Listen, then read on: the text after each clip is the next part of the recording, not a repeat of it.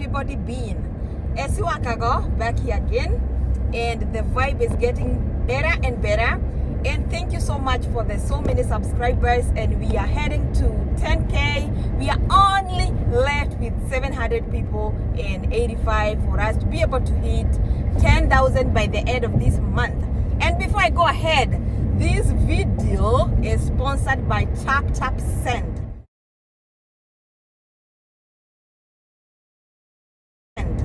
TapTapSend is a way of transferring money from here to Kenya, and when you do download the app and you use my code ESICA, I'm gonna pin it down here, you will get $30 free, and I mean free like air, free on your first transfer. So guys, can you rush on your app store and download TapTapSend and send money back home? Christmas has been made fun and more fun when you have TapTapSend, because now you can even give more because you are being given more. How about that, guys? Back to our video, guys.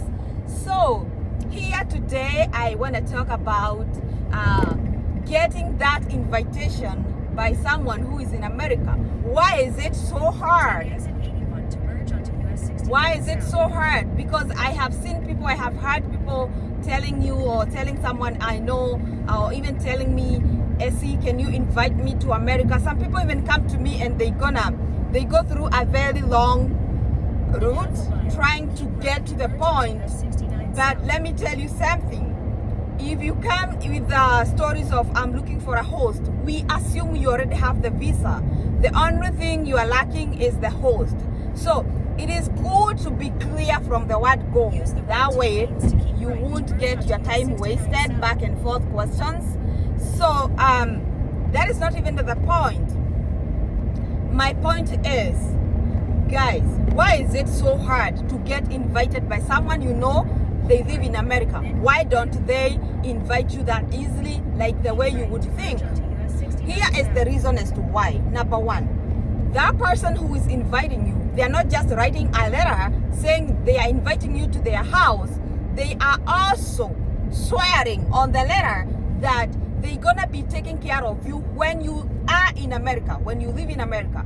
They're gonna be the one responsible for your financial expenses. That include if you get sick, they're gonna take you to hospital and the bill gonna be billed to them. So it's a lot of work, it's a lot of commitment, more than what you think, because things do happen. People have ever visited America or any other continent and they got sick, and they were not sick when they were leaving their country, because sickness doesn't matter where it's gonna get you. So you are giving that person a burden bigger than what you can see. For example, if you get sick and I take you to hospital, then they're gonna ask my address. I'm gonna give my address. I'm gonna be the next of kin to your bills. Of course, you won't be able to pay because you came to pay a visit, and the hospital bill is a lot. What happens next? I'm gonna be the one build your bill, or they're gonna ask it from me. You see? So it's a lot of commitment, and it's not something I wanna just get myself in, because I also have my own things that I'm pursuing, my own things that are disturbing me as well. And let me tell you, when you write a letter to someone, you are agreeing to sponsor them.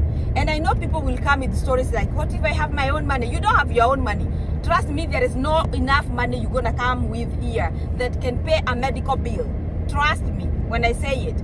Because the most expensive thing here in America is medical bills. So guys, that's why you see it's hard, and people think like, oh, they don't want to invite me because they don't know me. It's not because we don't know you. By the way, another thing, if I was to invite people, would I be able to invite everybody that wants to come through my name? And am I even allowed to do that? Who am I to be bringing people to America, more than 50 people to America? I'm not a governor. I'm gonna be, of course, I'm gonna raise the eyebrows, and at some point they will want to investigate me. Why are people using me to come to America? Why are people using me to go to the embassy? Like, it's not even possible. It's not possible. If you wanna know it is not possible, just ask yourself why. We have so many relatives. We have a big family, but they are not here yet. Why? Because again, even if I write you a letter, it has to be very convincing to the embassy. And I know people have pushed, and to some extent they have been granted the invitation letter, but when they go to the embassy, they don't get the visa. Why?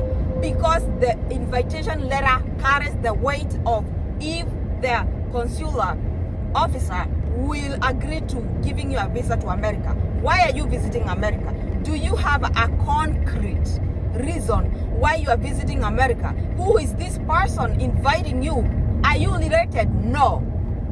How do you know her? Just a friend. What are you going to do to visit?